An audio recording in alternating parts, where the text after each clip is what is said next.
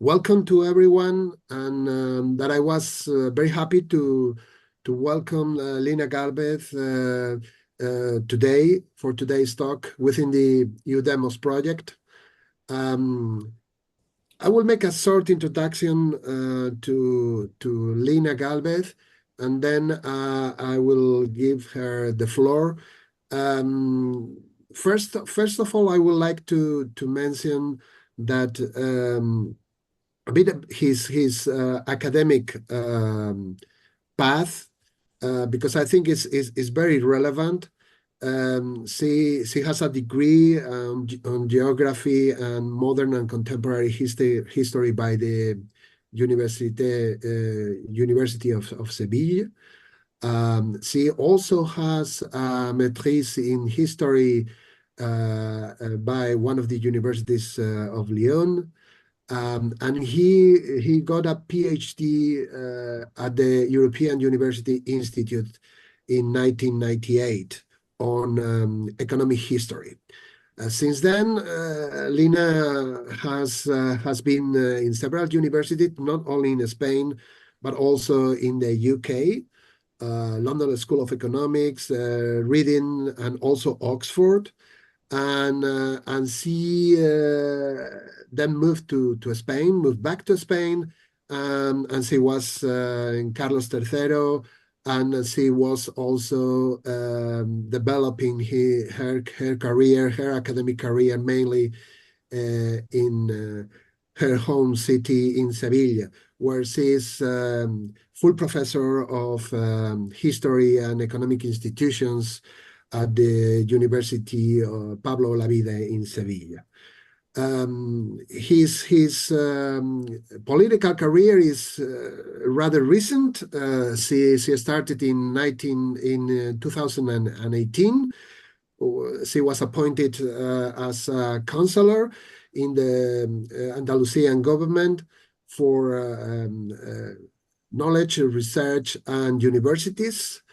And just a couple of years later, she was elected for the European Parliament within the Socialist Party. Now she is in her second mandate, and she has been involved in the European Parliament mainly, I think, in two committees. The first one is industry, research, and energy. And the second one is women's rights and gender equality. Nowadays, she's presiding the committee of the European Parliament on women's rights and gender equality. So we have asked her to talk about precisely which are the challenges that we have in EU gender policy. Lina, we are very grateful for your participation in this talk. Thank you very much, and the floor is yours. So thank you very much, Jerónimo, and thank you very much the rest of the different professors and also the students to allow me to talk to you. For me, it is really a pleasure because although I would like that would be in person, because I really like to see the faces, and I miss a bit my students, though you are a bit younger than the students I normally been teaching on. But I think, well, it is very important that we could have this talk, especially within this demos project, because what I'm going to talk to you today as a chair of the FARM committee, which is the committee, as Jerónimo has said, a committee on women's rights and gender equality within the European Parliament, it is that we still have a democratic deficit, and that it is a deficit we really need to fulfill if we really believe in this European project and we really believe we want better democracies. And that is basically for you, that younger generations, you know, that already in few countries, the age of voting has been established at 16 years old recently.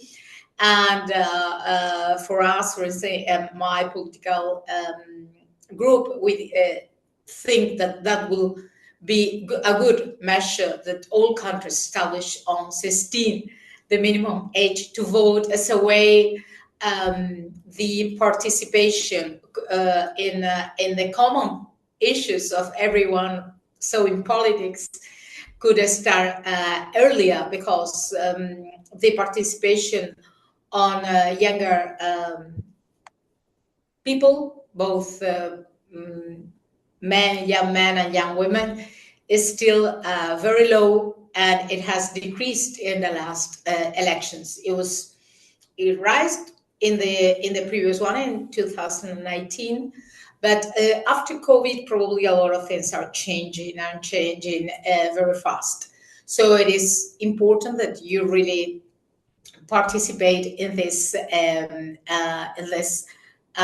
common issues, which is politics at the end. Is no more than that. How we govern and how we deal with our common and public issues, also private in a way, but mainly common issues. So as I was saying to you, there is still an important democratic deficit in many areas, but especially still regarding there is no gender balance whatsoever in many parts of our governance, in our political representation, or even in opportunities, real opportunities. And this, I'm glad especially to have this opportunity, because there is a trend that I see. You are from Portugal, Spain, Polonia, Greece, and Italy. There is a trend that is happening all over the world, that young men are supporting more sort of non-democratic alternative, and young women are supporting more progressive alternatives. So there is a gap that it is raising, and this gap, could normally, there are a lot of things that a lot of people that are saying that this gap is because of equality policies, and I would like to tell you that equality policies are for both, not only for women, but are also for men. They are for a better society, they are for a better world, and it is not only a question for women. It is true that there is a historical discrimination, and I was saying before, there is this kind of democratic deficit. In fact, if we continue the path we are going today in the European Union, we still need 60 years in order to achieve democracy, while in the rest of the world we go almost to 200 years. So it is really a lot, especially since there is a gender backlash in the last year, and there is a lot of denial that there is gender-based violence, a lot of denial there is economic discrimination, other type of discriminations. This in the last election here at the European Parliament, for the first time since there is democratic elections for the European Parliament, almost 50 years ago, the number of women being elected has decreased. So until 2018, we saw there was each 5 years there was this increase in the percentage of women up to 40%. That is what we reached in 2019. But this time in 2024, for the first time, we have seen a decrease. We are now only 38.5%, so below what is considered parity, which is that no sex is represented over the 60%. So now male are represented obviously over 60% because there is only 38.5 women. We have also went back in the College of Commissioners, where we still need to evaluate them. This week will be a very busy week here in Parliament, and the week after, since we have to evaluate all the commissions nominated or by the Ursula von der Leyen, the president, in the different committees and in the different commissions. And but if they finally passed all of them, it will be a college of 40% women, while in the previous one we were almost 50%. So it was big, also a backlash, decrease in the percentage, and it is mainly linked to the increase in representation of certain political families, certain political groups that they deny the system of this gender inequality, and they have promoted mainly men on their list. And as a matter of fact, we have more men in this list, and a great deal of denial. Still, equality is a principle is a fundamental right, is a principle in the European Union, and is enshrined in our treaties. And it has been really even increased this commitment to equality in each one of the treaties. So it is something we really need to fulfill in order to agree with our treaties. So in this last term, the term that finished in July 2024, we have a commissioner for equality, Helena Dalli. The Maltese commissioner was just a commissioner for equality. But this time, we will not have only a commissioner for equality. We will have a commissioner for preparedness, crisis management, and equality. So there is a lot of contestation on this lack of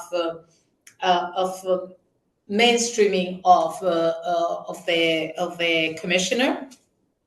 And but still, we are quite confident that the new commissioner will be also able to push the women's rights and gender equality agenda within the European Union. So what it is, this agenda is what I was asked to do. It is first is really to advance on regulations, but probably more important than that is really to follow the enforcement and the implementation of the very, very advanced legislation we approved in the previous term, and also to advance on something we call or is called from the United Nations and all the different governments as gender mainstreaming, which is simply that it is not only to do equality policies, is to bring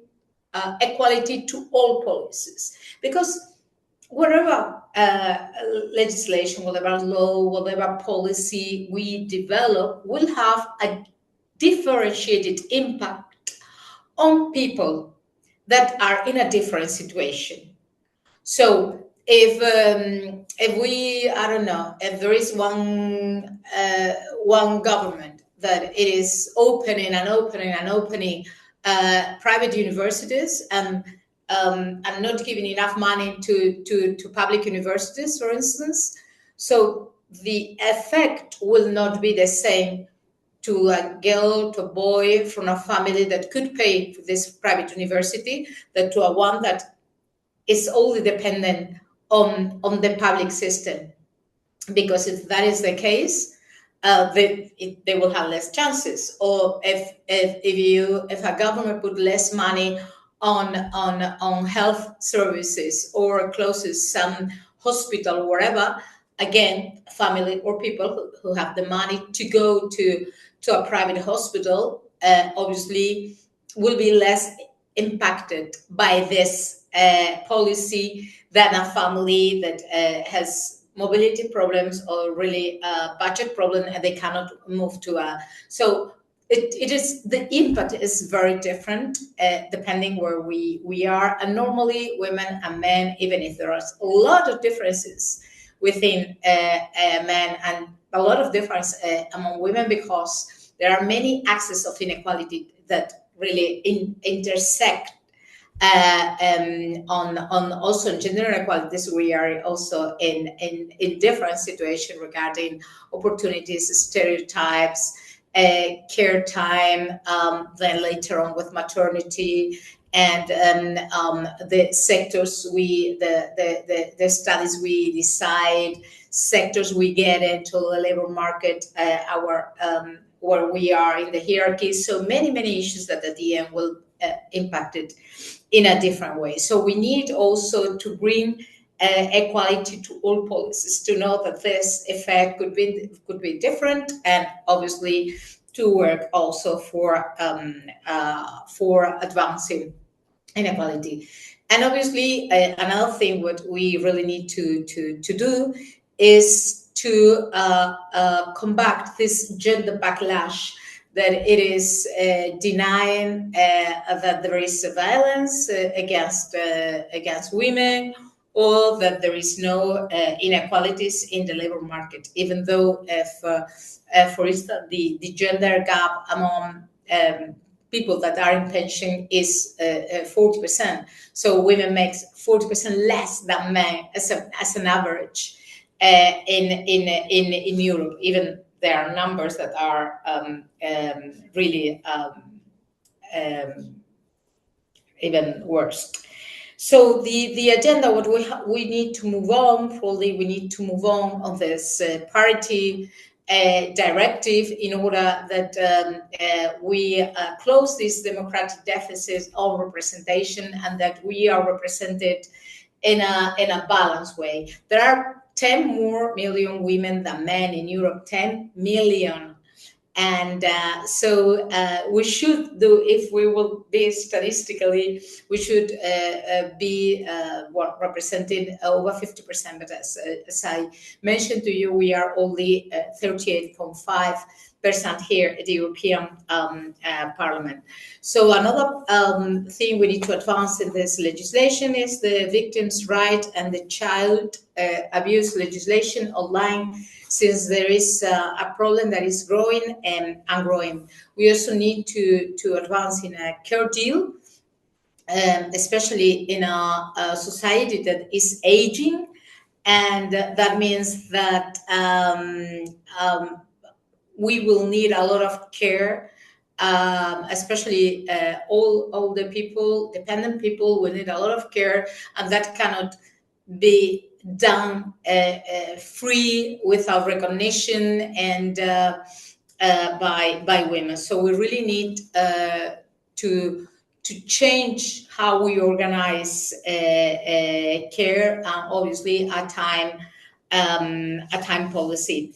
But as I was saying before, what we need especially also is to implement what we have done in the previous legislation. And in the previous legislation, we approved the first European directive on gender-based violence. In this directive, we did not, we achieved a lot of things, especially it was concentrated on victims and how to relate to reach victims and to improve their life, but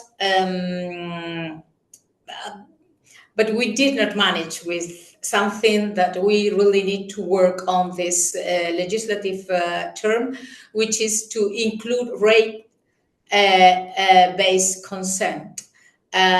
We managed to approve that in the European Parliament, but not in the member states. We really need to advance as well on making really human rights, all the sexual and reproductive health rights, because there is a great backlash against women's choices and the right to abortion. So this is another priority. Obviously, all the health issues are a priority for this parliament, since there are much less research on how women face different health problems or a specific health problem. We are less present in the trials, and we can be treated as I don't know, this famous issue that normally, since we are kids, we are say that when you have a heart attack, stroke, it's your arm that harms. But not for women. Just for men. For women, it's different. So you could be missing. There are a lot of doctors missing when a woman is having a heart attack, just because they are treated as men. The men still the norm, and we are the exception. So a lot of effort needs to be put on that, and obviously also on mental health and problems regarding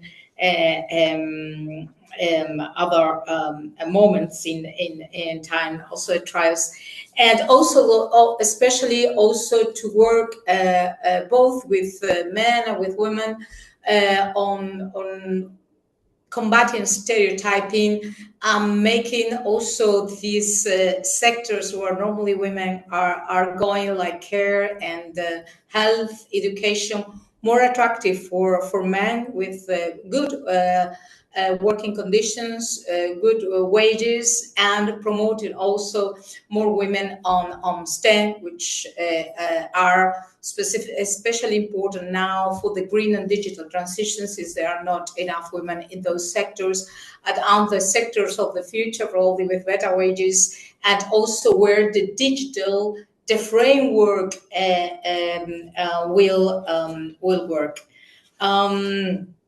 So we need also to advance on a different foreign policy, having in mind how women are impacted on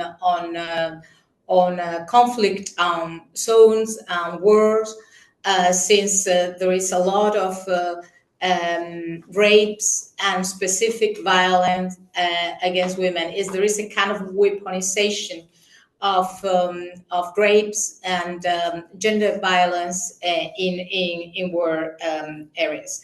So, and as I was saying, and I will finish with that because I think it's much interesting if you ask me, and to have your participation. We really need to combat this gender backlash, this denial that it is spreading all over the world, and it is especially appealing and sexy for young men. Just to tell you, there is a lot of money behind these strategies, a lot of money making you believe that there is equality policies are favoring women. Which what they are doing is making the field equal for everybody. It's what we are trying, not favoring women at all.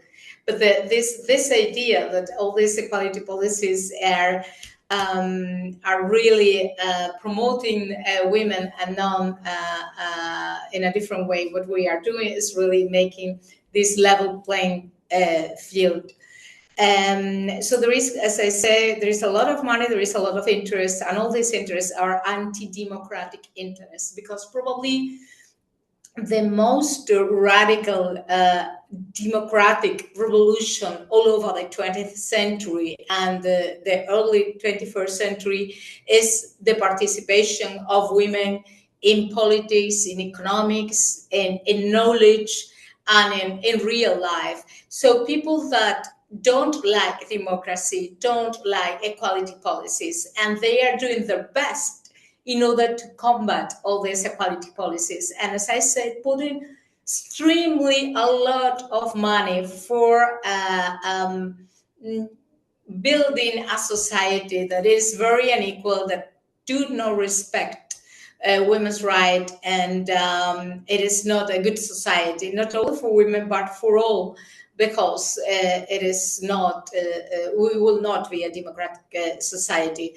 So I know that in your case, in your age, normally you receive information many in social media. Social media are extremely stereotypical, and there are a lot of misinformation and a lot of anti-democratic messages that are traveling through these sources without any contest. And there are not innocent messages. There are messages that have a lot of money, a lot of strategy behind.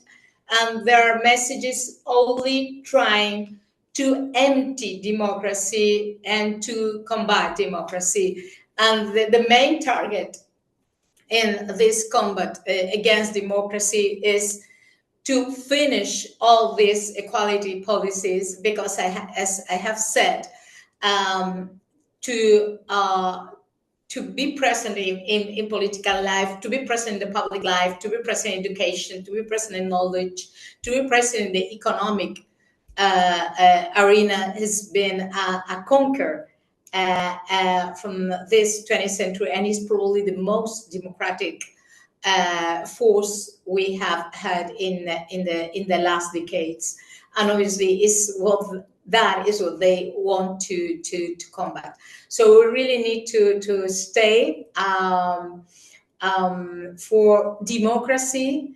And obviously democracy is also equality, and democracy is to bring equal opportunities to all citizens. So that is what we are trying to do it, and what we are trying to do it also here at the European Parliament. And just a little message, just last little message, especially now, yes, especially for girls, for young women, as I'm sure there are many among you. I can't see you, but I'm sure there are many among you. Is that the main target is our bodies and our choices regarding our bodies. So there is now a very, very important trend, forces, very well financed, against our sexual and reproductive health rights. And this is not independent of xenophobic forces.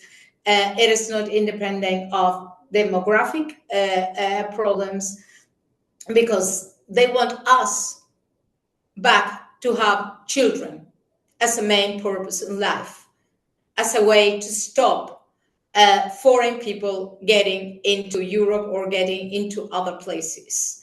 So please be careful, because our sexual and reproductive health rights are under attack. They want us not to be an end on each one of us, but a mean for the ends of other people. So be careful, because our autonomy, our self, our freedom, it is now under threat. So just open your ears, open your eyes, because this is entering in a very, very peaceful way, all over the world. And there is a lot of money behind this strategy. Our bodies are part of the economy, and there is a lot of interest on controlling our reproductive capacity and our bodies. So I stop here, and I'm glad to take your questions. Thank you. Thank you very much, Lina. And we open the floor for possible questions. I see already one hand up. So from Greece.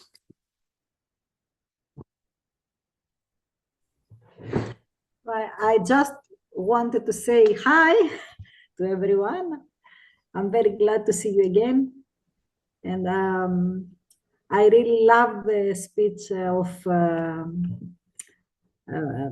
Mrs. Gálvez. I loved it very much. We thank you very much for what you said to our students. Thank you.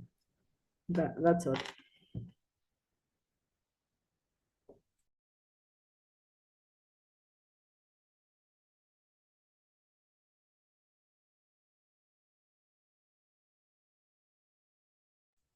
Geronimo, we can hear you. I was saying, anyone else that wants to intervene and make a question or a comment? While you think about some questions, maybe I can put one to Lina. We had European Parliament elections in June. There were a lot of threats and risks. And of course, well, the outcome was not as bad as was initially thought. But what is your evaluation, your assessment of the results, and particularly, how do you think this will impact gender policy? Do you think that this will impact on the agenda of gender policy? Things will be more difficult to move forward. What's your feeling about what is going to happen in this your second mandate? So, well, thank you for the question. Yes, as you know, the polls expected a bigger rise on anti-democratic, anti-European, and anti-gender forces. And I say anti-gender because all these anti-European, anti-democratic forces, that even if they're using the democracy to get to power and to get to the institutions, they have no respect for democracy. So this is autocracy at the end. They're using the democratic institutions in order to empty a democracy. It is not that they are against democracy, but there are many ways to empty democracy. So yes, no, we managed to have what we call here in the Brussels bubble the Ursula von der Leyen majority. So a majority of groups that elected Ursula von der Leyen. There was it was the European Popular Party, it was the Socialists and Democrats, was the Liberals, Renew Europe, there were the Greens, and supporting Ursula von der Leyen. There was no support by the left, but this is a very minority of groups. And then it was not supported by the three extreme right anti-democratic forces. Yes, so we said, well, that was in July, and we said, well, the results are that bad. We have managed to see that we have in front an important percentage of the European Parliament that it is not for the European construction, they are not for advancing democracy, and they are not obviously for advancing on women's rights and gender equality policies, obviously either not for LGBTIQ plus right or anything at all. But since that moment, especially after we were back from the summer break, early September, so the last 2 months that we were basically expecting the Commission, Ursula von der Leyen, to propose the new Commission, and also preparing the hearings and composing the different committees and so on and so forth. What we have seen is that this cordon sanitaire is not working. It's not working because the biggest party or family or political family within the European Parliament, the EPP, knows it has an alternative majority on the right, and they are using it. And so they will be probably using both majorities. The other day, the report, for instance, on the last week, the report on the budget, which is something very important within the European institutions, did not pass because it was here we need really to agree absolutely everything, because there is no political party that has majority, and then there are all the national axes and other axes. So we really need to work on every single file, on any single proposal, and to reach compromises. And it was these compromises reached among this Ursula von der Leyen majority. But then the Popular Party voted in favor of some amendments of the extreme right that were absolutely xenophobic and racist, and then they passed because they have the majority with the extreme right if they want. And then the rest, we decided we will not pass the whole reform, so it did not pass. Or, for instance, regarding gender equality, what we have seen is that in the previous mandate, for instance, the gender-based violence directive, that was probably the most important. There were a lot of important issues, but this was probably the most important. It have two rapporteurs from the different committees. One was from the EPP, the Popular Party, and another one from the Socialist, Frances Fitzgerald from the EPP and Evin Inser from the Socialist, and they were the two really working together to advance women's right to end up gender-based violence in a very really great way. I mean, working together, working for the best of the European project, working for the best of our societies, protecting the victim, trying really to fight gender violence. And what we've seen in the last 2 months is that this majority that supported such directive is going away, for instance, regarding sexual and reproductive health rights. The EPP, the Popular Party, is moving with the extreme rights, banning the right of abortion. And when I say abortion, I want something to be very clear. We are not talking about abortion, yes or not, because in countries in which abortion is banned, is prohibited, there are more abortions than in countries in which it is legal and safe, with certain limits to finish an unwanted pregnancy. So we are not talking about abortion, yes or not, because that has happened all over the world and all over history. If you read prehistoric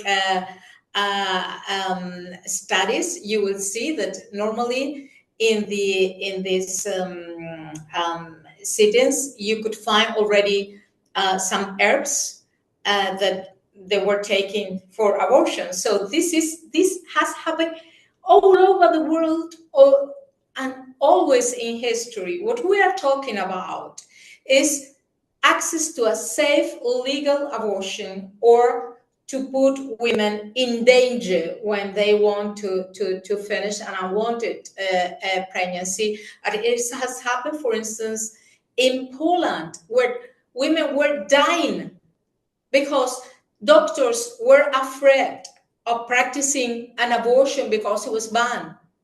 And even when the mother was in danger, no abortion were practiced. And there were young women that died, or after a rape, or after, very, very young women were dying. They are dying all over the world because of that. So we are not talking about abortion, yes or no. We are talking about safe, legal abortion for women, obviously, but obviously also for all doctors, nurses, wherever that could also help them in this respect. So now we see this this backlash regarding sexual and reproductive health rights. And this is very important because it's not independent of what is happening already in the United States with Roe versus Wade backlash. And there are a lot of states within the United States that are banning also abortion. We have Putin in Russia doing the same thing. We have now in China that they are trying also to limit and to promote women to have more kids. It's everywhere. So our body is political, and especially because of our reproductive capacity. So this is in danger. And we are seeing already that after the result of in the last election, it could be a change, especially in that respect. But this is very important because if they can control our bodies, if they can control our autonomy, our possibility of being autonomous, that has implications in the rest of our life, in our education, labor market participation, economic participation, and a life and our projects, personal projects.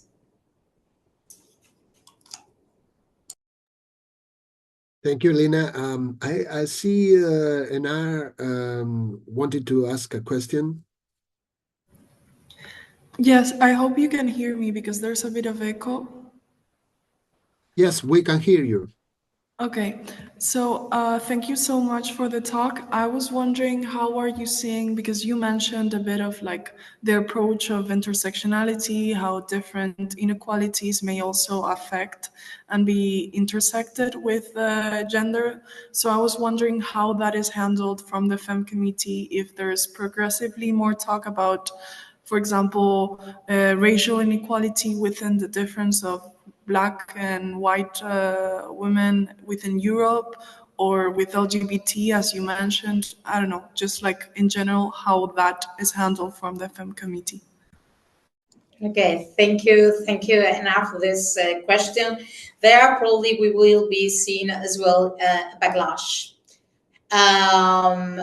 In the previous term, we managed to include, for instance, the first time we included in very clearly was in the pay transparency directive that was establishing equal pay for work of equal value.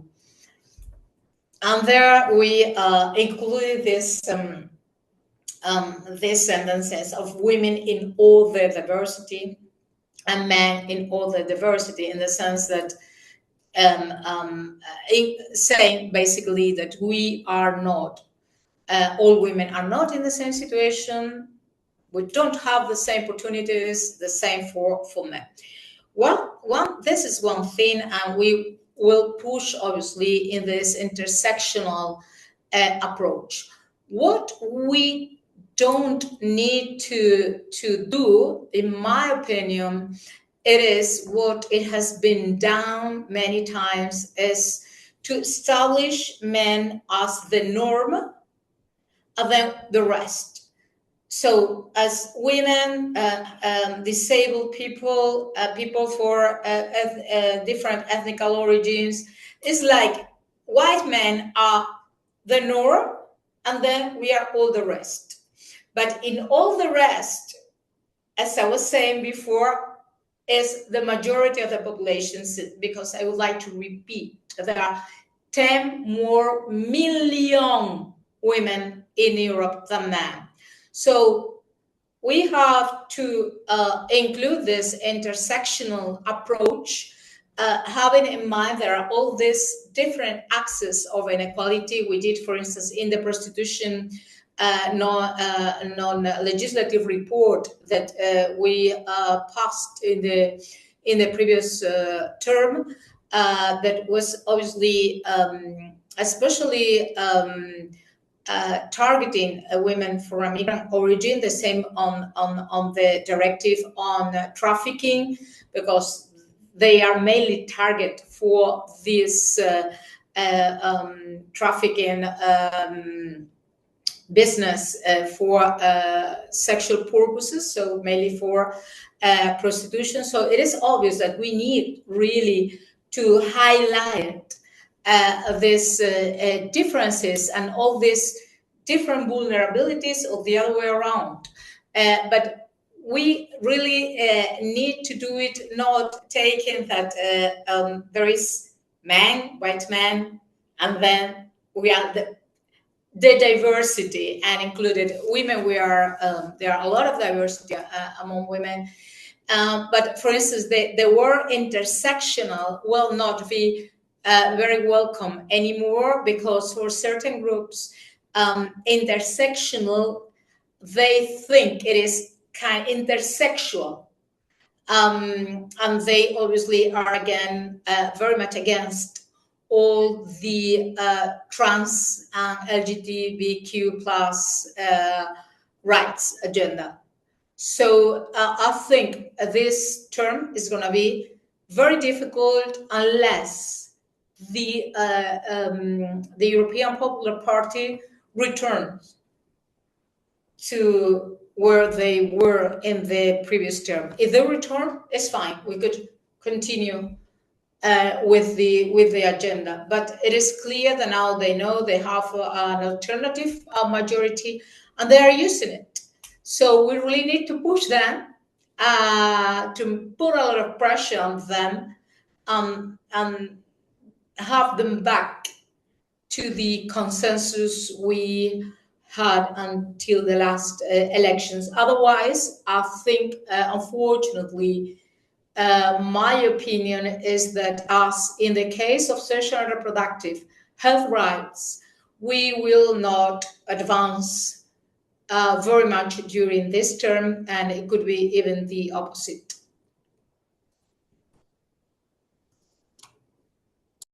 Marita Datseri, you have the floor. Hello, can you hear me? Yes. A really nice talk. Thank you for that. I just wanted to say that one of the greatest worry of a woman is that when they have babies, they cannot, they don't feel sure to come back in their position and the work, etc. And what's European Union's plan for that? In order to return to their work and their positions after having babies, etc. Okay, so thank you, Marita. Well, I think they should not come back. They should not quit. So there is no any necessity on quitting, because if we say a lot, we are not using women's talent in many areas, artificial intelligence or in science, wherever. And what we are not using at all is male care talent, because there is a huge gap on the participation of men on care. So there are possibilities of improving that. For instance, if we include equal paternity and maternity leave, that it is not transferable for one parent to the other, and it is paid by 100%. Like this, there will be also men taking 4, 5, 6, whatever month after a baby is born. And obviously the penalization women we are been receiving historically for being mothers, and it could be equally shared, or at least almost equally shared by men. What we know is that in countries that has included this type of legislation, like Sweden or Spain, it has really improved. Obviously, also the to have good public services, social services that could help both men and women with care. It is important. So what we have is the Work-Life Balance Directive here in Europe, but it is a bit outdated, and it is more concentrated on sort of long-term care and facilitating carers to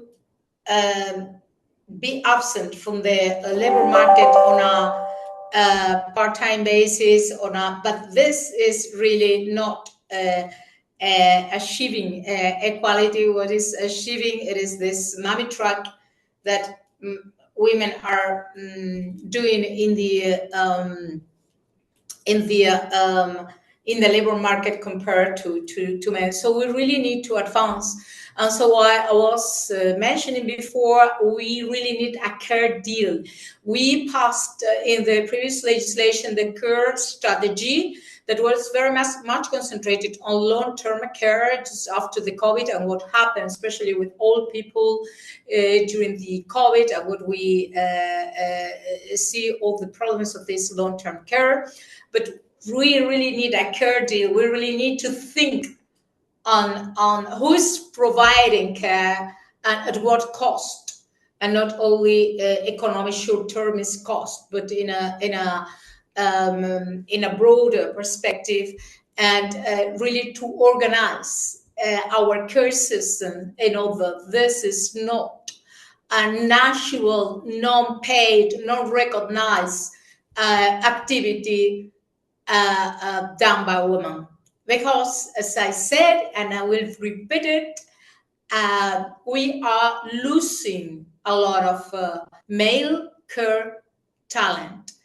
It is not the same in all countries, and it is related to different legislation. So now we really need to move on this care deal, European care deal, in order there are more equal share of care among women and men, because it will be a better society, and probably men will be also happier if there is a common culture and they really could take also time off to be with their kids or to take care of their father or mothers when times come. Thank you. Thank you very much, Lina. I don't see any other hand up, so it's about time to finish. I say again, thank you very much. We are very grateful for your participation in this project, and well, see you all very soon. Okay, thank you very much. I will be more than happy to participate, probably also with our topics, more to see how Parliament works, and please get involved in common life, in politics at the end, because if you don't get involved, someone will decide for you. So you have in your hands, because we are still in democracy, you have in your hands the possibility of deciding your future and the common future. So use it and don't allow others to choose for you. Thank you very much. Good work. Bye. Bye. Bye. Bye, everybody. Bye. Bye. Bye.